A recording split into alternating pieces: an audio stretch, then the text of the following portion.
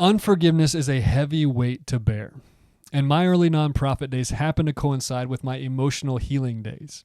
And in many ways, my early nonprofit days triggered my emotions. Early on, I felt lonely and misunderstood quite a bit. I heard no a lot.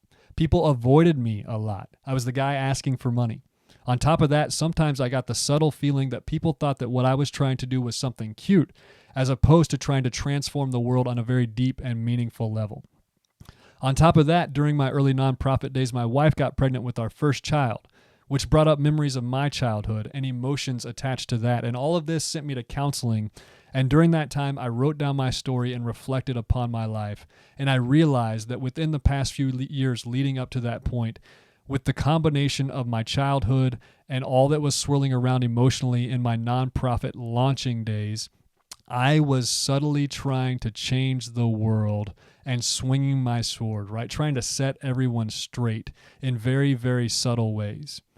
And what I realized is that my attempts to try and set the world straight were not actually having the intended effect.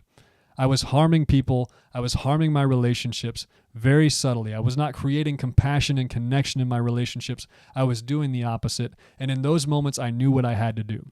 I had to put down my sword.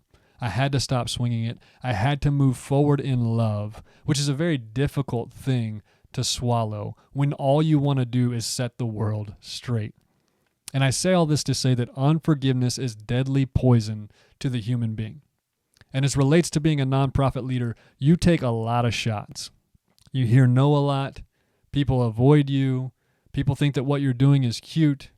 You get into a lot of different challenging situations where you have to speak the truth in love. You have to relate to people on a deeper level as opposed to being transactional. And all of this is incredibly heavy, right?